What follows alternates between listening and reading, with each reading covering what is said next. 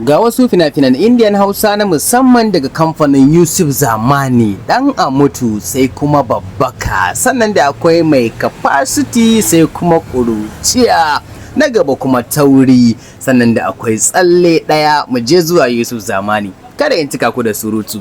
A domin samun waɗannan fina-finan Indian Hausan kai tsaye ka suburbuɗe su, ka mazge su, ka sambaɗe su a cikin wayar ka ba tare da ka sha wahala ba, to kamar da yadda aka saba, hanya ɗaya ce tallin sauƙaƙƙiyar hanya ta shiga group namu na VIP.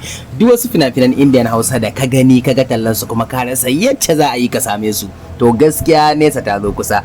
Ga hanya sauƙaƙƙiya wadda ake samun fina-finan Indian Hausa daga kowanne kamfani da ka san yana fassara fina-finansa, kama daga su Algaita, Sultan, Yusuf Zamani, Mega, Dilo, Fikira, Al-Hussein da ma dai sauran kamfanonuwa da suke fassara fina-finan Indian Hausa. To muddin ka zo ka mana magana, insha Allah za a saka ka a cikin wannan tsarin, kai ma da kanka ka fara saukar da fina-finan Indian Hausa.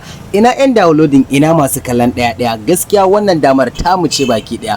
Ka ɗauki namba ɗaya da kake gani akan wannan bidiyon, kawai ka mun magana akan WhatsApp ko akan Telegram, ka ce dan kokiya ni ma ina buƙatar shiga wannan tsarin. Lalle za a amsa maka, sannan a tura maka 'yan bayanai, ka ba da 'yan kuɗin ka, sannan a san kamar nan baka a cikin wannan group din. Kar ka damu, a duk inda kake, a duk ƙasar da kake, ka mana magana, za a sanya ka a cikin wannan group din. Sannan fina-finan Indian Hausa duk waɗanda suka fita a baya baka same su ba, da zaran ka shiga wannan group din za ka gan su barkatai. Sai wanda kake so zaka saukar bisa wayanka. Sannan duk waɗanda za su fita a nan gaba ma, in dai kana cikin group din za ka ga ana zubo su, sai dai ka zaɓi wanda kake so nan ma ka saukar akan wayarka ba tare da ka sha wahala ba.